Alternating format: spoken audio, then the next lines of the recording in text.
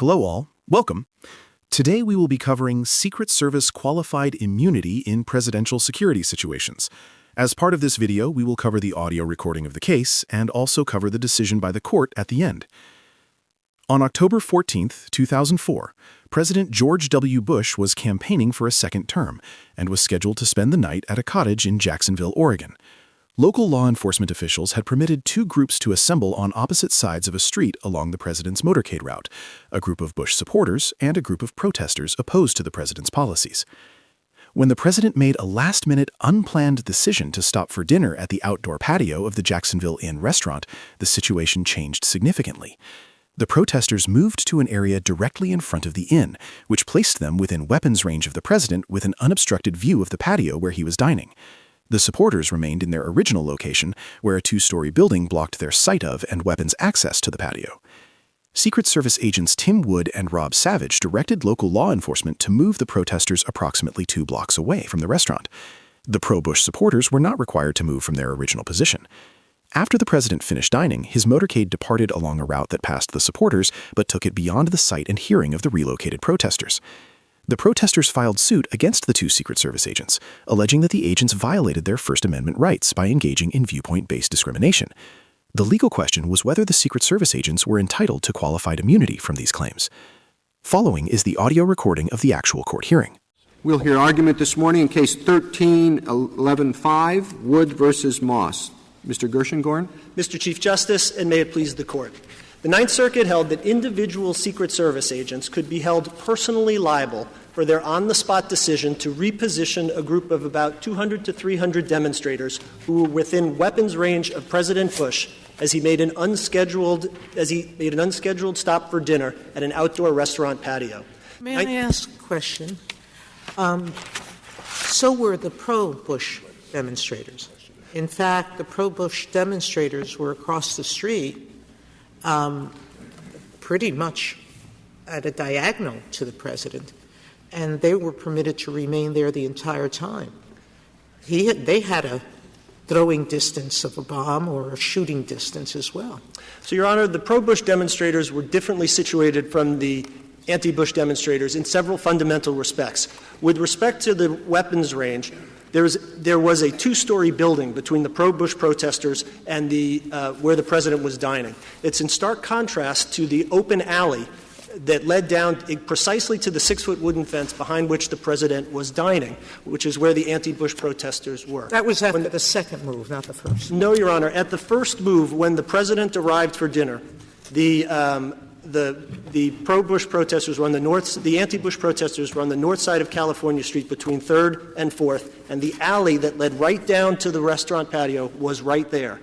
They were at the head of the alley, so they were very differently situated from the pro-Bush protesters. Counsel, I don't understand the government to be making the argument, and I can't understand why it isn't making the argument, that it doesn't matter whether there was any intent to suppress anti-Bush demonstrations, that in this area, as in traffic stops, we don't consult subjective intent. If a policeman stops somebody and he says, "Oh, you stopped me only because I was coming back from an anti-Bush demonstration," we wouldn't listen to that argument. We'd say, did you have a broken taillight or not? If you had a broken taillight, we do not inquire into the subjective intent of the officer.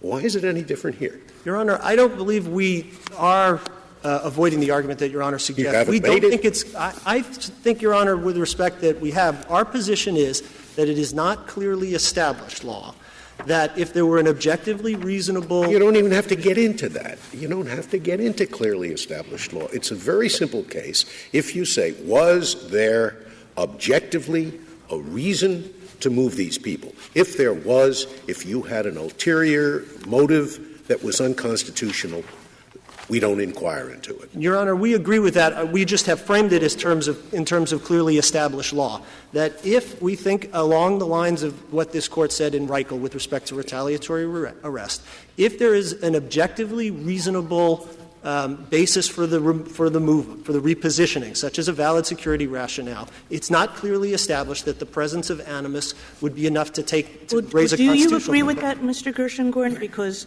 you have these hypotheticals in the last page of the brief where you say that a complaint could survive a motion to dismiss if the Secret Service members had, had admitted that they had an intention to discriminate, or if they had told the local police that.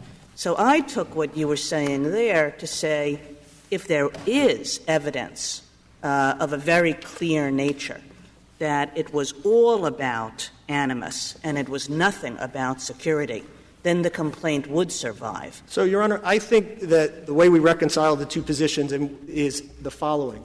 If there is no objective legitimate security rationale and it is animus, we agree that it would be clearly established law that the officers the agents could not have taken the responsibility, could not have taken the actions. However, if on the record there is an objectively reasonable security basis, then we don't think it's clearly established that even if the individual officer didn't take the action for that reason and took it for animus, that it's not clearly established that that would state a constitutional violation. Could you oblige us by answering Justice Scalia's question? Forget clearly established. What do you think the law is or ought to be?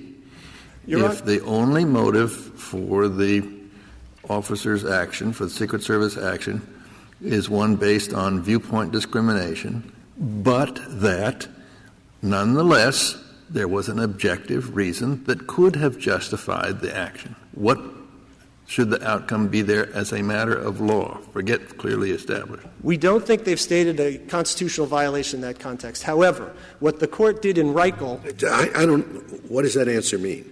That means there is no constitutional violation. So you say that in any time there is an objective basis for the Secret Service to act to move a protester, the fact that this wasn't the motive at all, but that it was viewpoint discrimination, is irrelevant.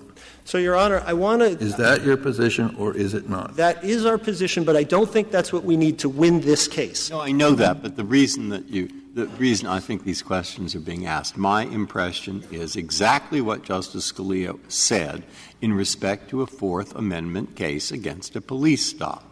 But my impression also is that where you have a First Amendment case and it's not against the policeman, against the Secret Service, this Court has not said that.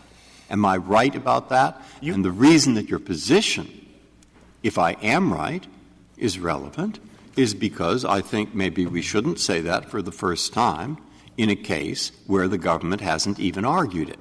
So, Your Honor, Now, what is the answer to what I just said? Am I right on Part 1 and am I right on Part 2? Your Honor, you are right on Part 1. The Court has never held it. The closest the Court has come is in Reichel, where what the Court said was in a case of retaliatory arrest, it was not clearly established. The Court didn't reach the constitutional question. The Court said it was not clearly established that where there was objective probable cause for arrest, retaliatory animus was not relevant. We think a number of the same factors that motivated the Court in Reichel could motivate the Court here as well, were they to reach that question, and I'll explain why in a sec. But we do not need to win on that question because it's not clearly established. You don't need to win on that question. The question is, should, in your opinion, the Court reach that question? And my hesitation would be that it is one thing to talk about ordinary policemen. It is another thing to talk about First Amendment matters where we are engaged with a kind of special protective force. There are certain residences there that may make a person hesitate to extend into that area. And so what is the government's view? So, Your Honor, I've been asked the government's view on a couple of things, so I want to be very clear.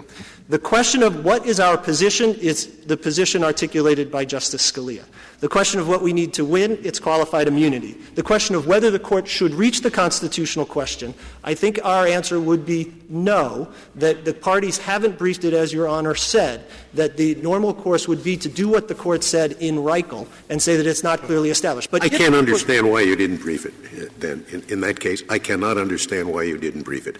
and talking about things that we haven't held in the past. We haven't even held in the past that there is a Bivens cause of action for a First Amendment violation, have we? No. Do we have any case that has held that? No, and we agree with that, but the argument was not preserved below, so we have not presented it here. Is that a relevant what is your position on that? Is it pertinent in analyzing qualified immunity that there's no private right of action for the asserted constitutional violation? We do believe, Your Honor, that the Court would have jurisdiction to reach it because it's a logically antecedent question, and that it would be something that the Court could consider. It's not. But I don't mean what the Court could consider. Yes. I want to know whether or not. Well, the question's simple.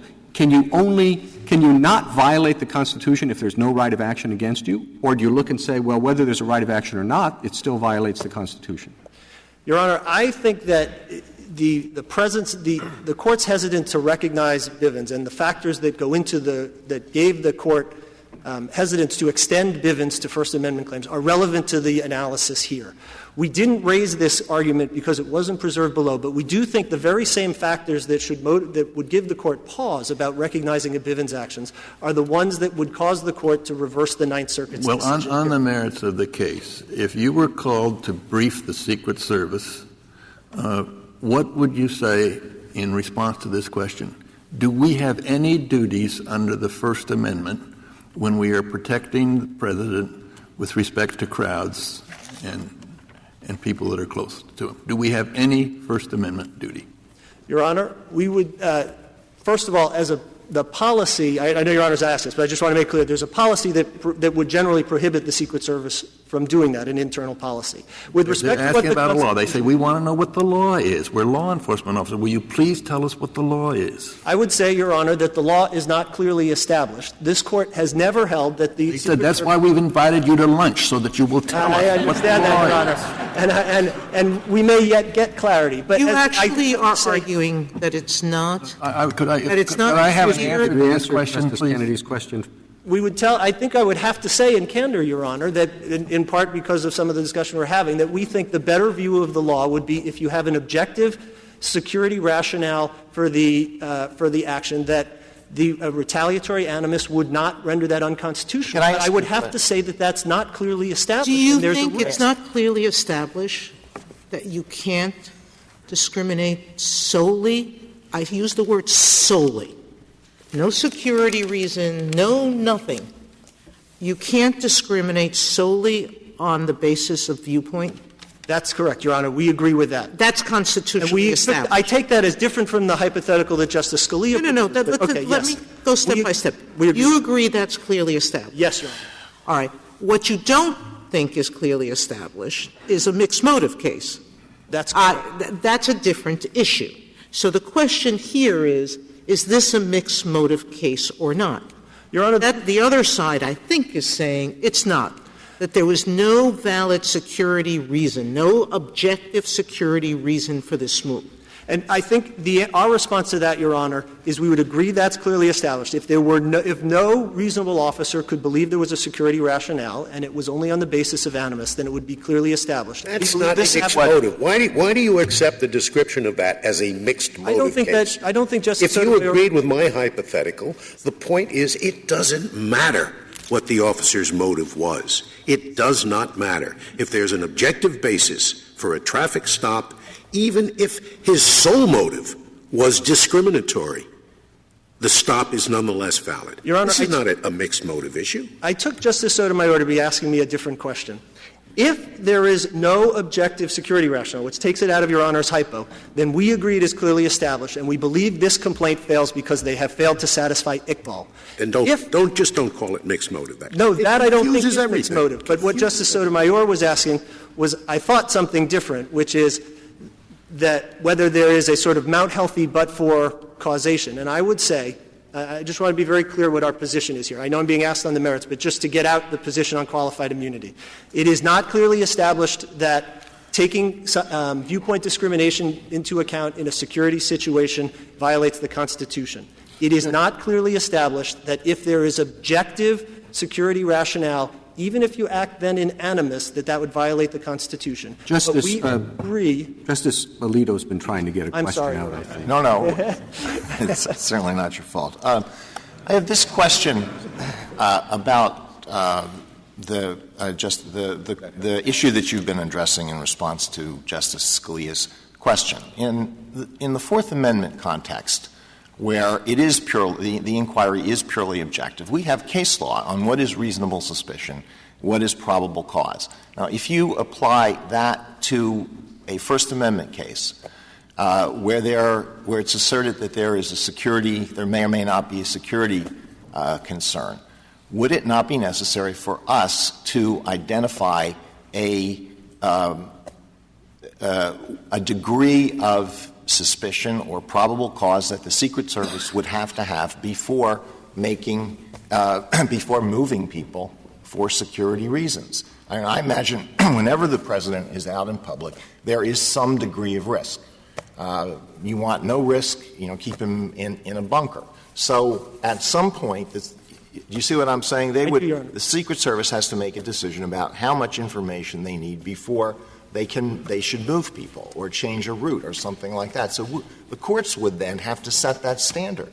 Your Honor, I think it would have to be a very deferential standard, and I think that is proper under this Court's case law. If I could attack that in sort of two ways.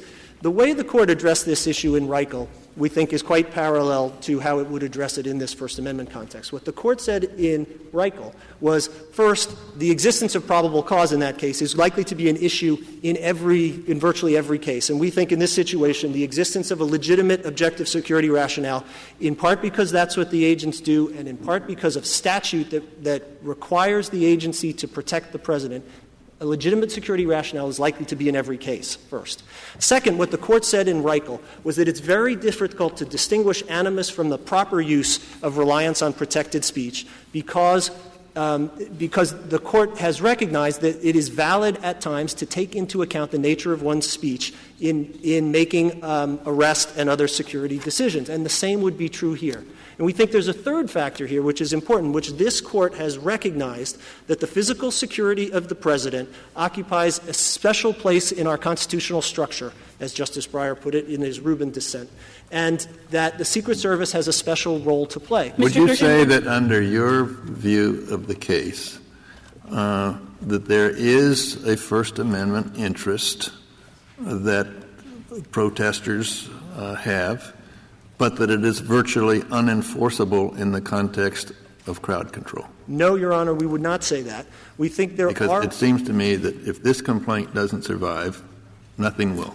So, Your Honor, I'd like to address that in a couple of different ways. First of all, there's a very big difference between whether there's a Bivens action stated and whether there are other ways to enforce constitutional rights. So it is possible, and there have been suits that have sought injunctive and declaratory relief before things like inaugurations, political conventions, even just regular presidential visits. Those would be unaffected.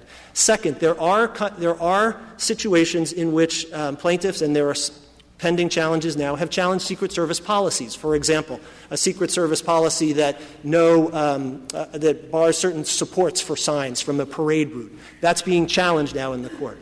And then, if there are Bivens claims, we think there are allegations that would survive. But we do recognize that that a ruling on qualified immunity here would cut back on damages claims against individual agents. But we think that's appropriate in light of the difficulties they face. I really don't understand what the government's doing here. It seems to me you want to win this case, but not too big.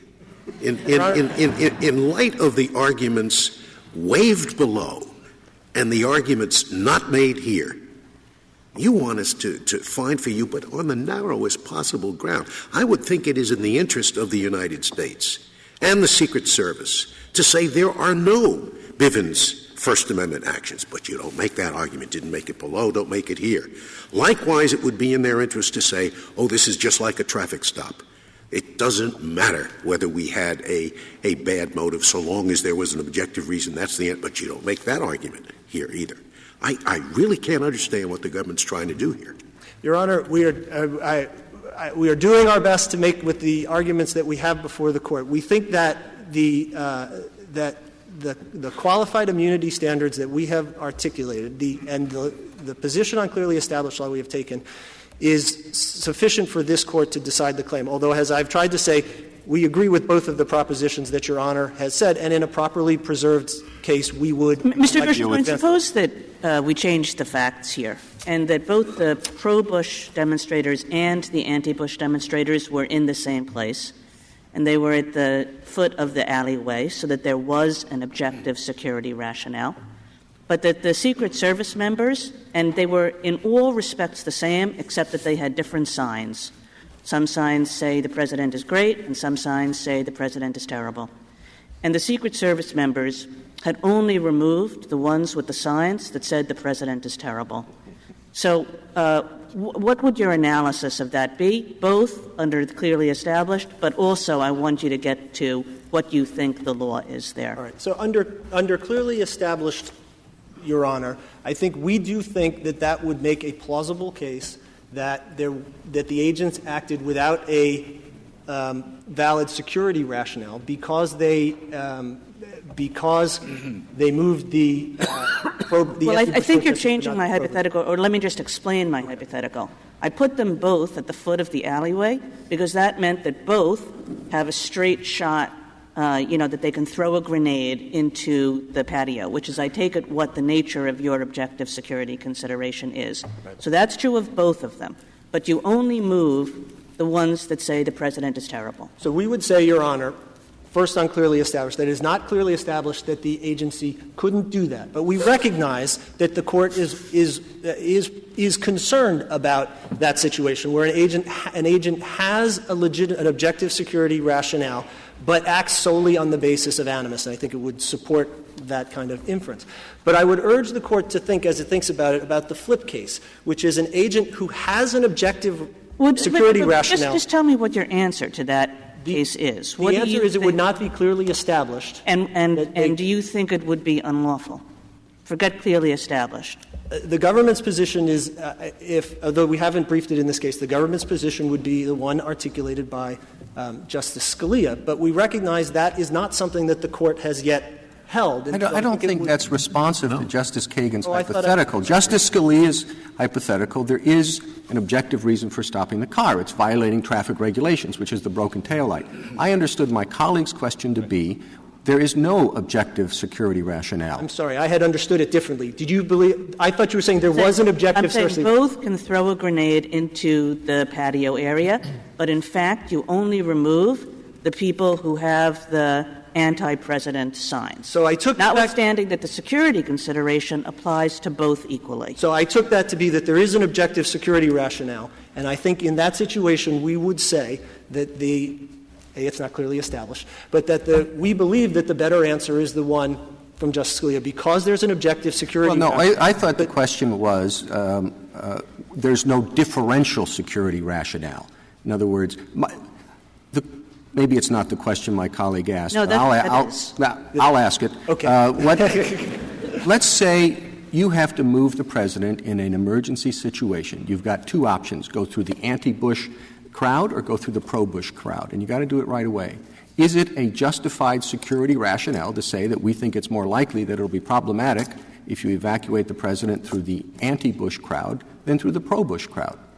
We do not think that would be unconstitutional, Your Honor. So, in other words, the viewpoint itself constitutes a security consideration? That's what this Court said in Reichel, that there are times, not that and so that your answer to Justice Kagan is that it would be proper, if you have only 15 minutes, limited amount of time, to move the people with the signs that criticize the president. That's correct, Your Honor. We think that so that your answer to Justice Kagan is that there is no violation if they move just the Bush protesters. That's your answer. That's correct, Your Honor. But and if I could just say a word or two. I don't know. I thought what the Chief was going to say, there's no differential reason to move one or the other. Let's assume you have an equal amount of time.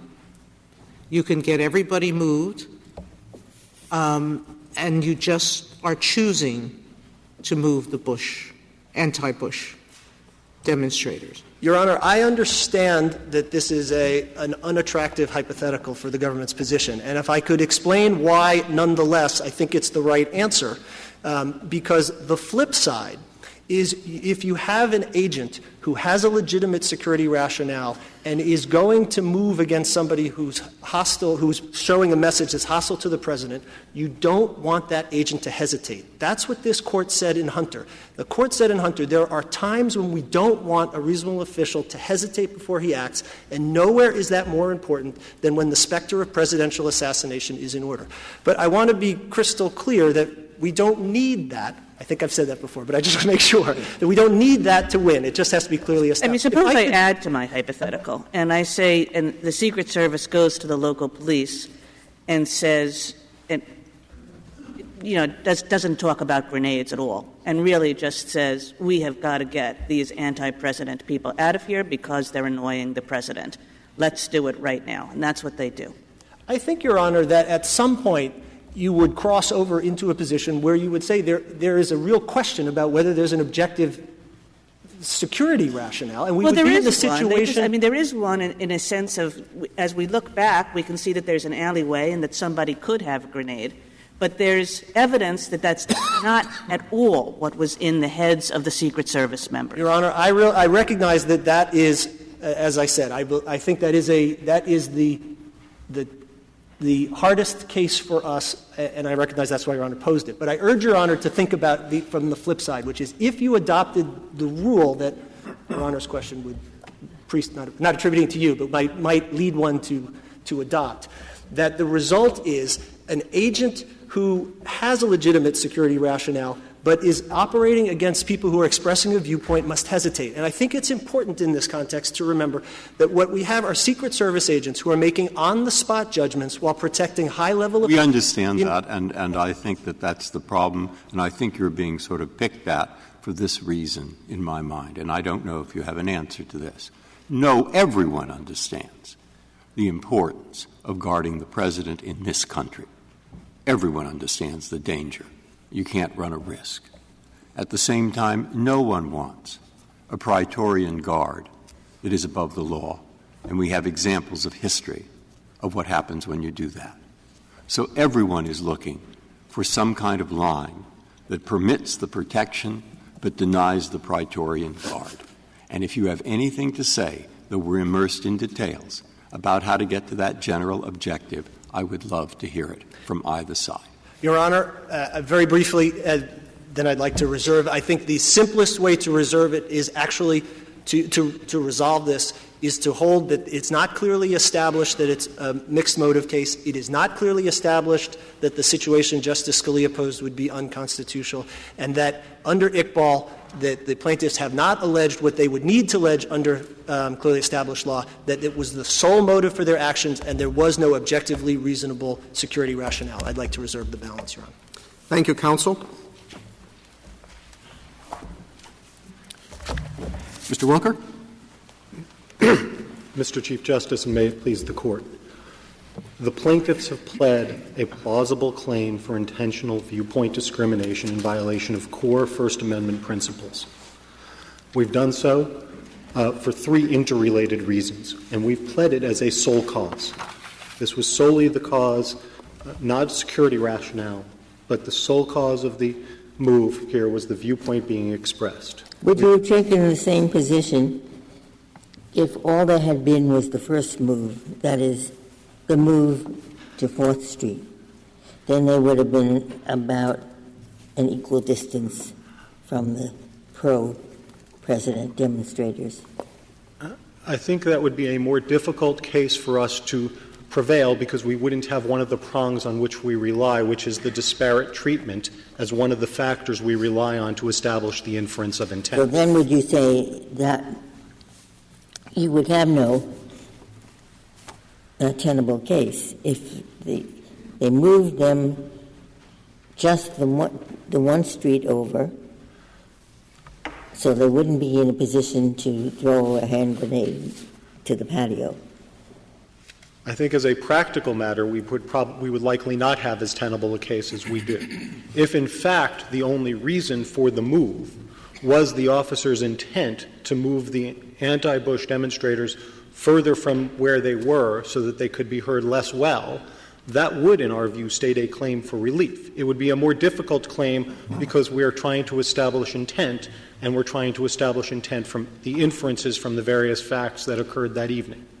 Counsel, do you acknowledge that that the issue here is whether the law was clearly established? Do you agree with that?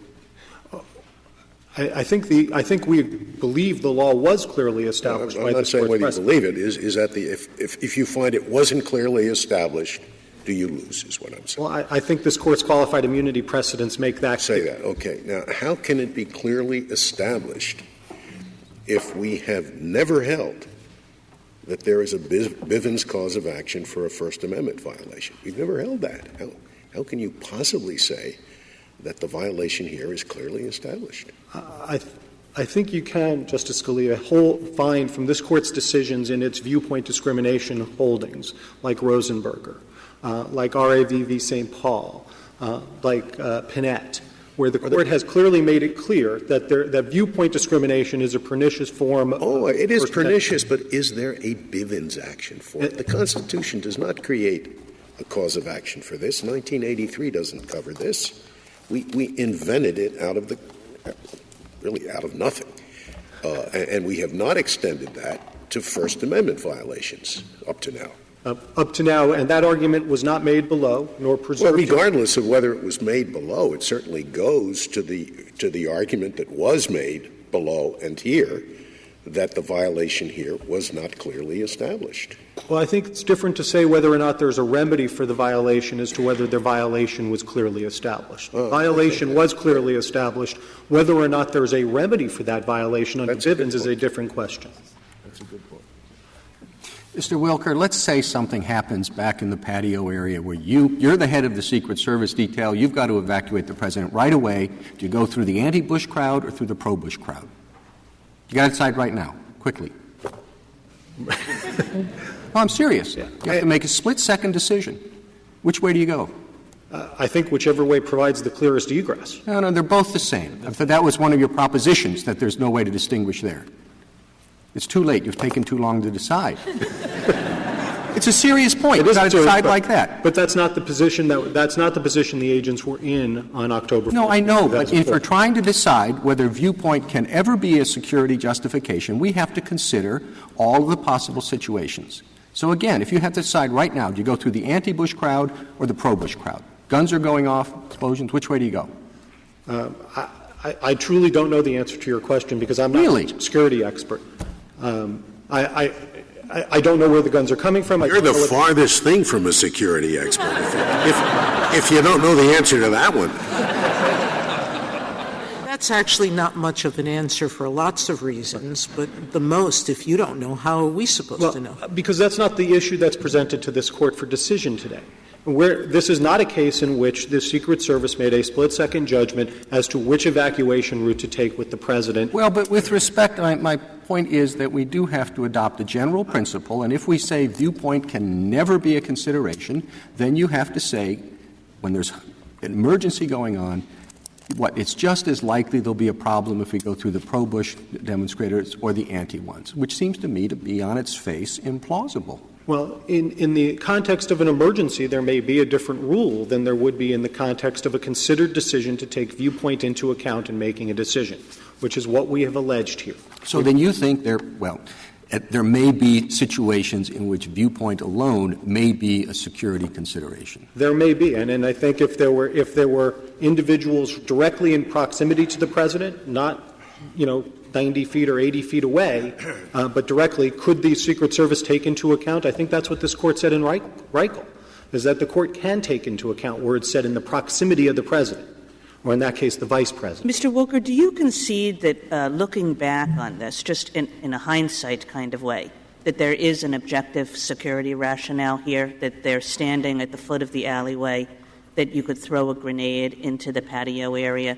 Do you concede that just looking at the situation and not taking into account any evidence of what was in their heads, that there in fact is an objective security rationale for moving people from this area? I think if the concern was the mouth of the alley and that the riot-geared police guarding the mouth of the alley were not sufficient to protect the alley and protect against that kind of incursion, the more simple solution in this case would have simply be to move people slightly to the east or west where they had buildings between them and the president. But the question is, there's so many different theories floating in this case that I've had a hard time trying to figure out what you want me to decide. On what theory do you want me to decide? Is your allegation that the Secret Service agents were motivated in part by security reasons and in part by what you would say bad viewpoint reasons? Or is your theory the Secret Service was motivated only by viewpoint and zero by security? It's the latter. It's the latter. Okay. So then if it is the latter, I think you're hearing the government saying, yes, that is clearly established, that they could not, in fact, be motivated only by bad viewpoint reasons and zero by security, and therefore you have stated a claim if your complaint does say what we both just agreed you wanted to say. I don't think the government has conceded that. All right, maybe they did. Conceded that. I have to decide that. Okay. Then I would have to decide: is it the case that if the Secret Service was motivated not at all by security and 100% by viewpoint, does that state a claim? Now we'd run into the Bivens problem, et cetera. But leaving all that out of it, the next question would be, which I haven't heard argued yet, which is why I raised this: what more do you have to do than state a claim? 5 years ago, I would have thought nothing. That if you have an absurd claim, I'm not saying it's absurd, but if it were absurd, a district court could deal with that. They would deal with it by giving you 5 minutes of discovery and then saying, or 10 minutes plus summary judgment. Or, have you really certified this under Rule 11? Are you kidding? Be careful. Or, they have 5 or 6 different weapons. Now, that is what you're arguing, I think. But then along comes Iqbal. Mm-hmm. Now, it's a long way of focusing you on that question. And so in Iqbal, this Court said, to be plausible, it has to be something more than possible. But plausibility is not probability. And the way we establish intent is rarely through the admission to a local law enforcement or to someone else that the agent acted for an impermissible reason. What we do to establish intent is plead facts from which intent can be inferred. We believe we have pleaded facts from which intent can be inferred, both with respect to the disparate treatment, with respect to the time that elapsed from the President's decision to dine, from the time he sat down, and then 15 more minutes until the decision was made to move the demonstrators. Well, Iqbal says a little bit more than that. Not that you just have to allege facts. In Iqbal, and just quoting here from page 681, the Court goes on to consider the factual allegations in the complaint to determine if they plausibly suggest an entitlement. And they go on to say, but given more likely explanations, they do not plausibly establish this purpose. So based on just your complaint, we have to determine whether there are more likely explanations. And we have in your complaint the idea that they're at the front of the alleyway, it's a 6-foot wooden fence. We certainly can look at those in deciding not simply whether you've pled the cause of action, but whether it's more plausible than those other justifications. I think, though, once we meet a certain threshold of plausibility, unless the competing inference is so compelling to make our claim implausible that it involves, at the pleading stage, such a great burden that no plaintiff could ever satisfy. The Secret Service or any defendant could always articulate some rationale for their action that would create a competing inference. But in this situation, Wilker, sorry to take you back to this, but in this case, do you concede that a reasonable officer, even if not these officers might have had a terrible motivation, but that a reasonable officer could look at this map and say, look at the distance between the alley and the outdoor patio. You can throw an explosive in there. That seems really bad. Let's get these people out of the way. Could a reasonable officer have said that? Could a reasonable officer have said that, that given the proximity? Certainly that's a possible conclusion. I can't say that that's an impossible conclusion. But the answer to that, it doesn't, because the answer to that is to take a measured response consistent with the Secret Service's own guidelines, which is not to take viewpoint into account, to be respectful of those First Amendment rights of people who are demonstrating on the public streets in the center of town. This is But if you conceded that there would be a security interest in the hypothetical that Justice Kagan raised, that the people are in front of that alley where they could throw a grenade. Once you concede that, then you say, but the security interest, the valid security interest is washed away because, in fact, it was viewpoint. I think there's a distinction. Could there be a security interest? Yes, there could hypothetically be one. Was there one? We say there was not, for the reasons articulated in our briefs and for the constellation of facts that we have alleged in our complaint. I'm not sure I understand that, because it seems to me there either is or isn't a valid security interest. Now, whether they acted because of that valid security interest is, of course, a different question. And you might say, well, there was a valid security interest, but that's not why they acted. But as to the first question, I mean, there either is one or there isn't one, no? And we say, what would a reasonable police officer think of the security interest here? What would a reasonable police officer do? Would he clear this area or not? The question is whether proximity alone of a peaceful group of protesters is enough to create a security. And in hindsight, you could look at that and you could conclude that. I respectfully disagree that means there was one on the evening in question. That's a factual question. Was there, in fact— Say in your complaint, the defendants claim that defendant Secret Service agents told Tao and the police defendants that the reason for the Secret Service's request or direction was that they did not want anyone within handgun or explosive range of the president. To the extent the agents, in fact, made such an assertion, the assertion was false.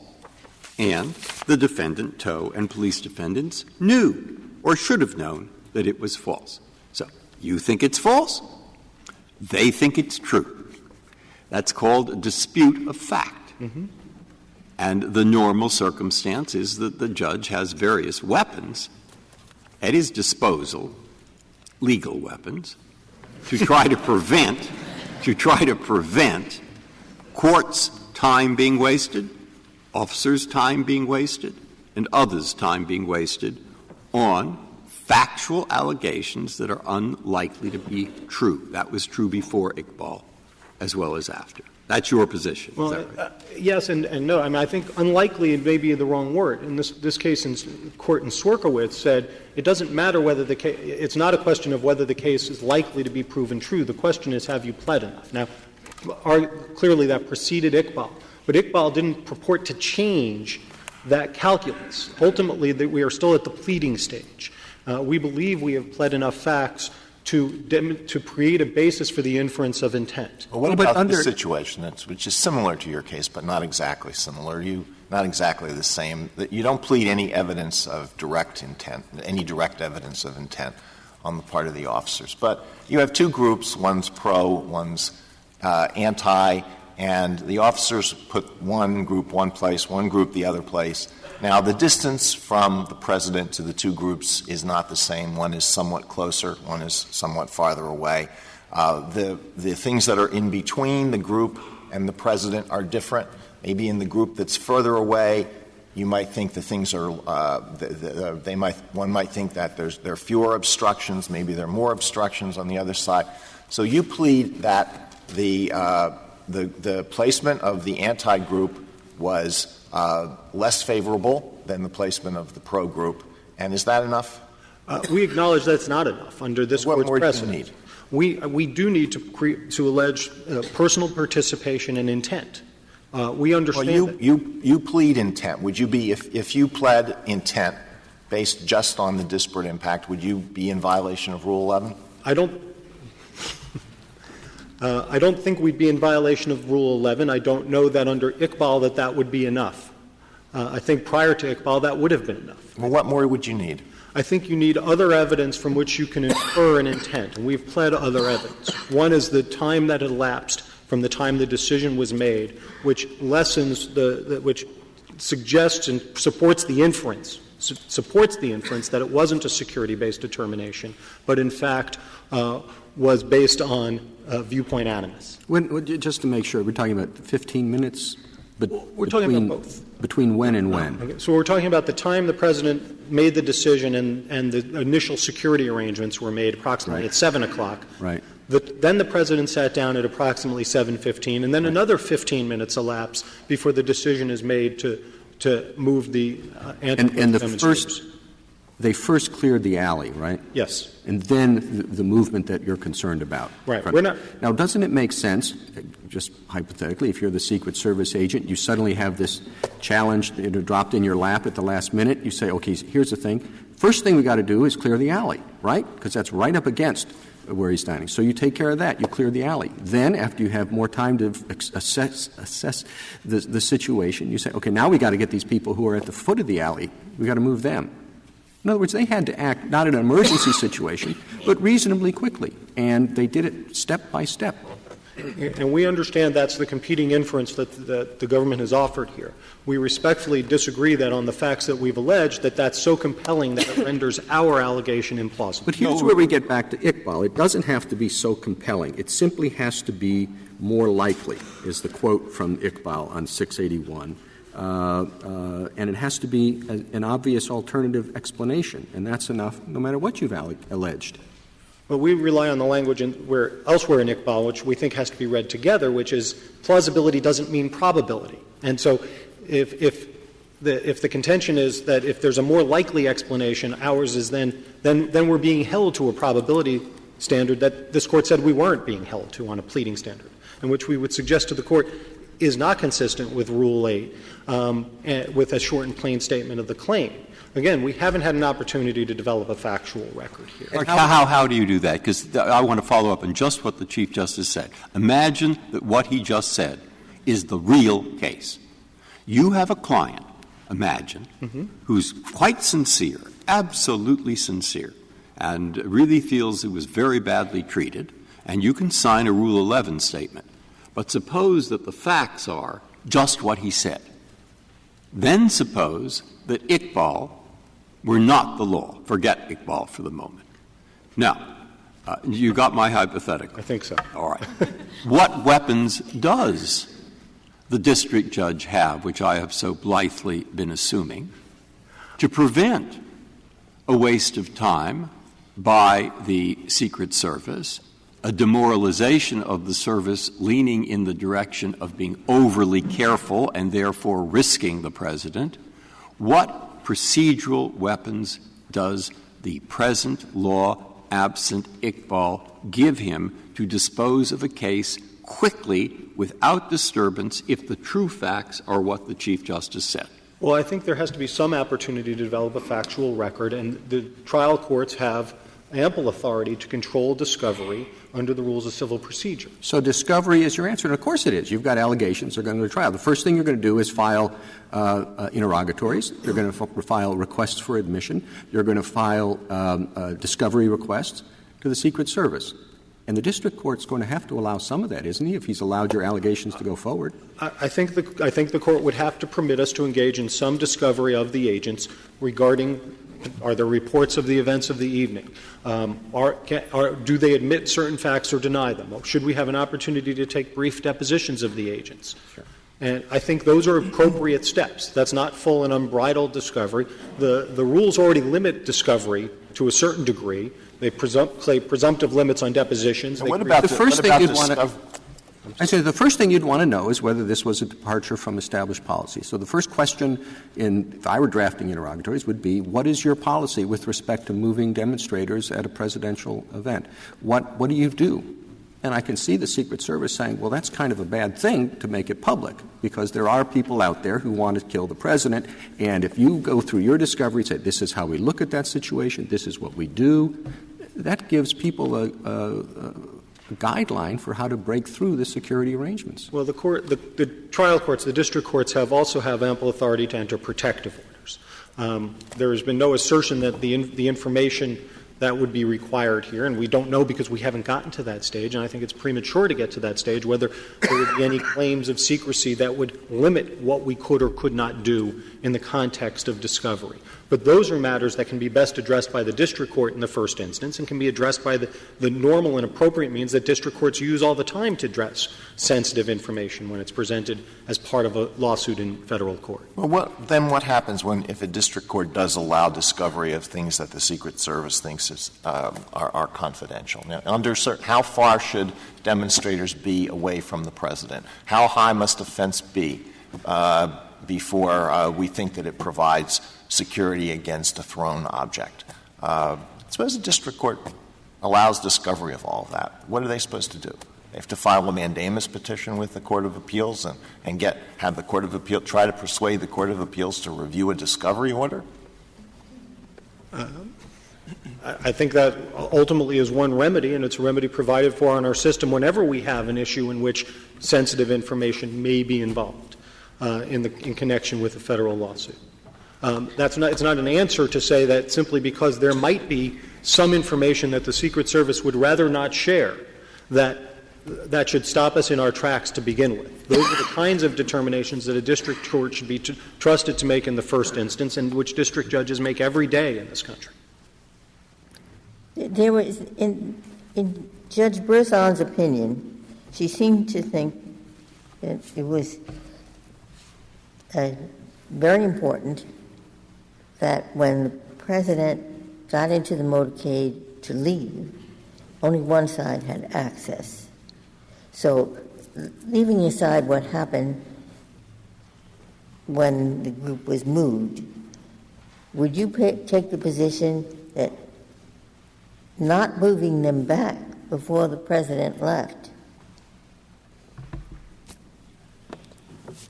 was a violation of their First Amendment rights? We have not taken that position. We have not asserted that there was an obligation to hold the president in position so that the demonstrators could be moved back to their former position. Our position is they shouldn't have been moved in the first place because there wasn't a valid security reason, and that the reason they were moved was solely because of the viewpoint they were expressing. And the fact that that's not a separate claim that they weren't moved back, but it is an indication that they were removed from where the president would be passing, in our view, that supports the inference of viewpoint discrimination. On the question of mixed motive or improper motive, if we can get back to that for just a minute, assume that the law, and this is the Wren case, is as follows.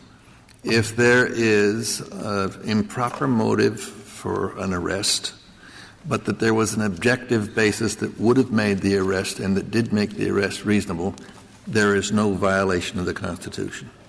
Assume that's the law. And forget clearly established, forget it won't. Assume that's the law.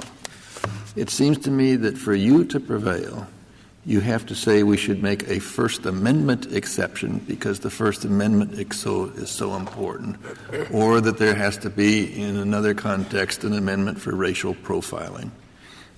So that the rule that I have just stated has to be qualified in some way.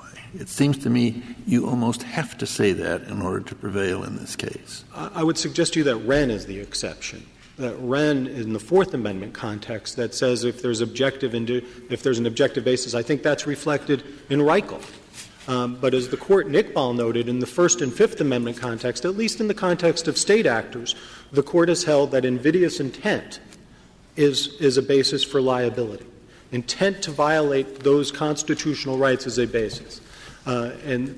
Excuse me, I'm not sure. If you stop a car because you think the participants in it were coming back from a protest against President Bush, is that a Fourth Amendment case or a First Amendment case, if that's your allegation? The only reason the car was stopped was because of the viewpoint that these people had. Is that a Fourth Amendment case? Or no, that would be a First Amendment case. Yeah, I would think so.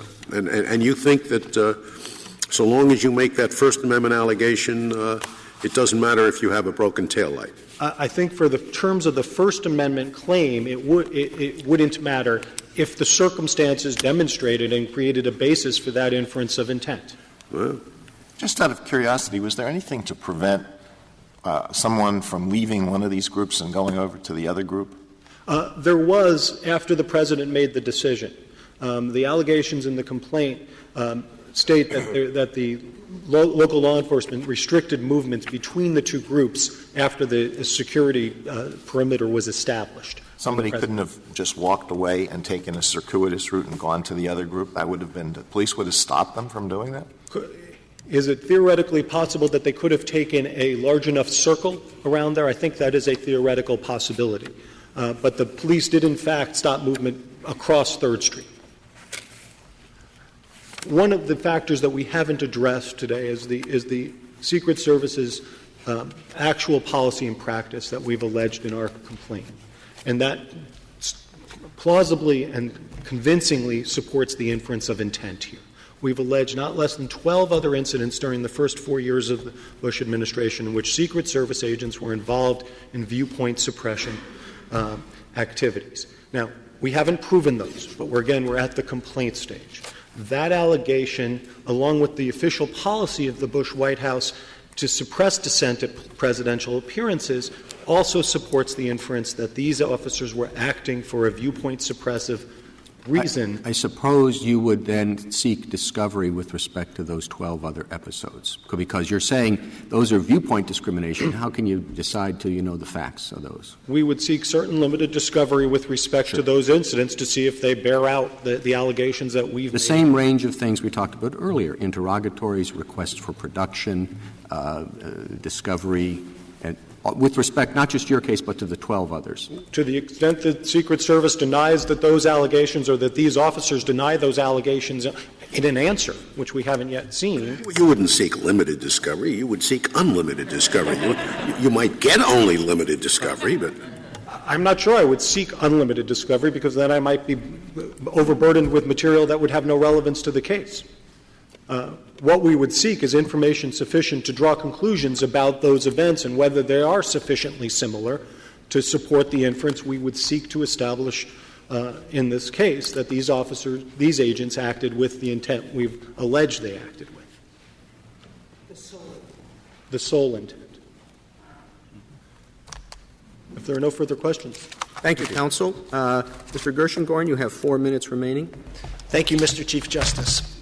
A couple of points. First, I think, Justice Kagan, in response to your hypothetical, the concession that in hindsight there may have been a valid security rationale ends this case. Because if it was true in hindsight, it was certainly true at the time in the kind of rapid decision-making that was called for, as the Chief Justice alluded to. I think at that point the case is over in our favor. Second, the kinds of discovery that my friend on the Could I side — just clarify a factual matter? There are 2 alleyways. There was one on 3rd Street that the President went into, and then there's one by the patio dining room. What access was there between 4th Street and the patio? Because I thought that the alley was on California Street. The entrance to the alley was on California Street. The entry to the alley is on California Street. That's the one where the anti-Bush demonstrators were. The alley that the motorcade went through, which is on 3rd Street, which is neither group of protesters could get to because the police had blocked off traffic north of California Street.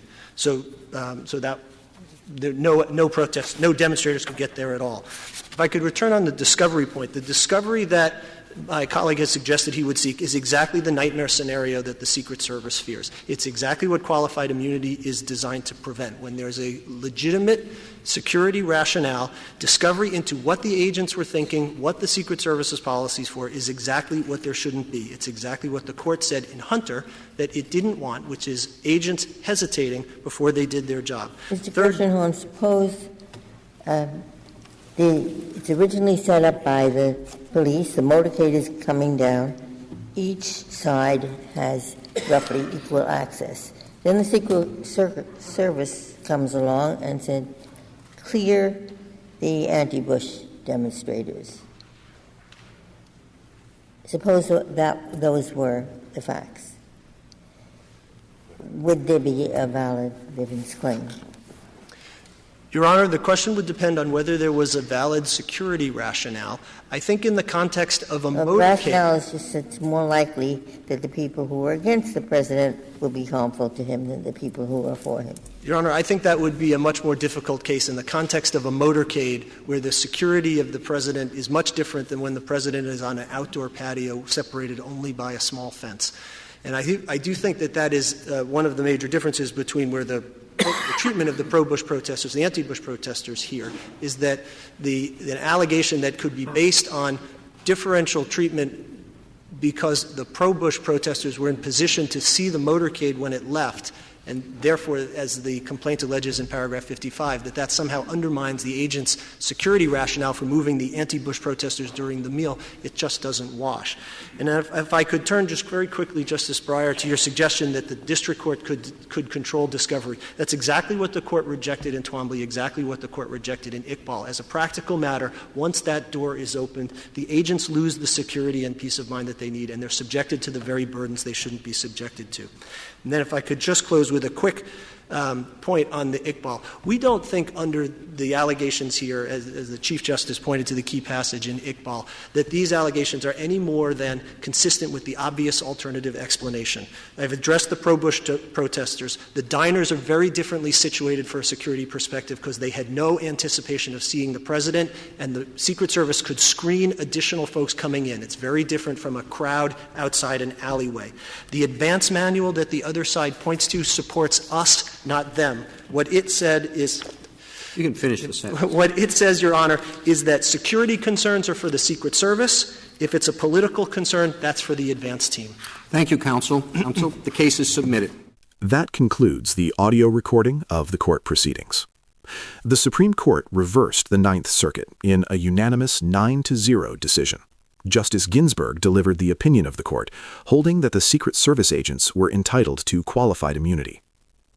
Justice Ginsburg explained that under the doctrine of qualified immunity, government officials are shielded from suit when their conduct does not violate clearly established constitutional rights that a reasonable official would have understood. The court acknowledged that the First Amendment disfavors viewpoint-based discrimination, but emphasized that safeguarding the president is of overwhelming importance in the constitutional system. The court found that no prior decision had established that Secret Service agents must keep protesters and supporters equidistant from the president at all times. Faced with the president's sudden decision to stop for dinner, the agents had to cope with an unanticipated security situation. The protesters were within weapons range with a clear line of sight to the president, while the supporters were behind a building that blocked both their view and any potential weapons access. The court concluded that this security-based rationale provided a lawful justification for the agents' actions, and that no existing law would have put the agents on notice that they were required to treat both groups identically in these circumstances. The court also declined to infer from alleged instances of Secret Service misconduct at other events an unwritten policy to suppress disfavored expression, and then attribute that supposed policy to the field-level agents in this case. Individual government officials cannot be held liable in a Bivens action unless they themselves acted unconstitutionally. There were no separate concurring or dissenting opinions, as the decision was unanimous. This concludes this presentation. If you have thoughts on this case and judgment, do comment below the video.